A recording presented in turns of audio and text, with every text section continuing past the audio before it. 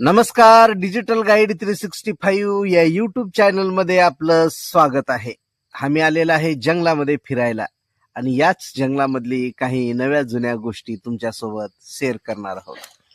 कारण आमच्या गुरुजीने आम्हाला एक गोष्ट सांगितली होती. एक भलं मोठं जंगल होतं आणि त्या जंगलामध्ये 5-6 जे मित्र बैल होते आणि ते बैल 5-6 मित्र खूपच चांगलं राहायचे, आनंदी राहायचे. मग एक दिवस काय झालं की बरेच जणाला असं वाटायचं की या बैलांना बाजूला करावं आणि त्यांच्यामध्ये फूट घालावी. पण हे करणार कोण? कारण त्यांची मैत्री हे खूपच घट्ट होती.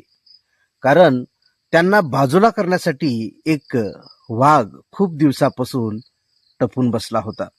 आणि एक वेळेस काय केलं, त्यानं सिंहाला सांगितलं, बघ रे, हे बैल खूपच ताजेतवाने दिसतात, यांची शिकार करूया का?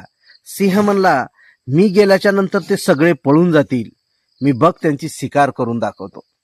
मग झालं काय, एक वेळेस तो सिंह त्या बैलाकडे गेला.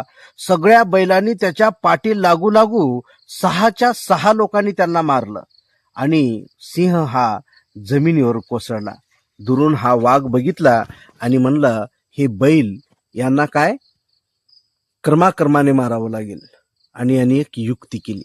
युक्ती काय केली तर त्यांनी सांगितलं, सगळ्यात पहिले त्यांनी त्या बैलाकडे गेले आणि हा वाघानं सगळ्यांना हात जोडून नमस्कार केला आणि म्हणला, तुमची मैत्री ह्या जंगलामध्ये खूपच एक उदाहरण म्हणून आहे. कारण बरेच जण तुम्हाला घाबरतात, याचं रहस्य काय? त्यावेळेस त्या बैलानं म्हणलं, असं काही नाही, आम्ही सगळेजण एकत्रित राहतो, याच्यात रहस्य वगैरे काहीच नाही, एकमेकाला सहाय्य करतो आणि मदत करतो. मग त्यावेळेस तो वाघ म्हणाला, असं आहे का? ठीक आहे, मला तुम्हाला बोलायचं होतं. त्यावेळेस त्या बैलांनी यांना नकार दिला आणि ते आपल्या आपल्या कल्पना विश्वामध्ये चरत चरत ते राहत गेले. आणि एक दिवस ज्या सिंहानं खूप मार खाल्ला होता, त्याच सिंहाने विचार केला, यांचा बदला घ्यायचा कसा. आणि एक दिवस तो सिंह सुद्धा हात जोडून आला आणि सगळ्यांच्या पुढे नमस्कार केला आणि म्हणलं, मी तुम्हाला कधीही त्रास देणार नाही, पण एक गोष्ट सांगणार आहे. मग त्यांनी म्हणले, काय गोष्ट सांगणार आहे? पण त्यांनी काय केलं, ठीक आहे म्हणले.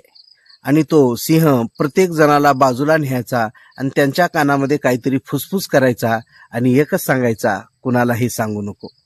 बैलाला घेऊन जायचा, कानात काहीतरी फुसफुस करायचा आणि बाजूला जायचा.